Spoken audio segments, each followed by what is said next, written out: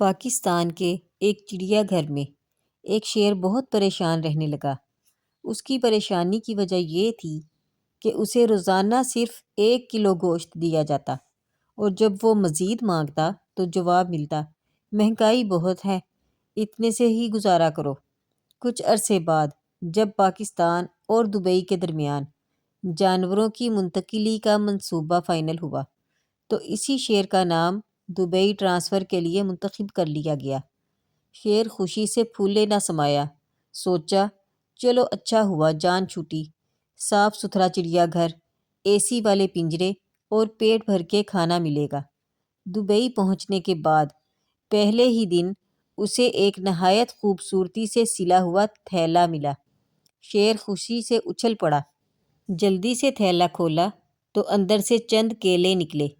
شیر حیران رہ گیا مگر سوچا شاید غلطی سے یہ پیکٹ میرے پاس آ گیا ہو۔ اس نے خاموشی سے کیلے کھائے، پانی پیا اور اللہ کا شکر ادا کر کے سو گیا۔ اگلے دن پھر وہی بات ہوئی، تھیلا کھولا تو اندر سے پھر کیلے نکلے۔ اب کی بار شیر کا دماغ گھوم گیا۔ اس نے غصے میں کہا، کل آنے دو اس ڈلیوری بوائے کو، خود نمٹوں گا۔ اگلے دن جب ڈلیوری بوائے آیا، شیر نے اسے وہیں روک لیا اور تھیلا اس کے سامنے کھولا۔ اندر سے پھر کیلے نکلے۔ شیر دھاڑا، یہ کیا بکواس ہے؟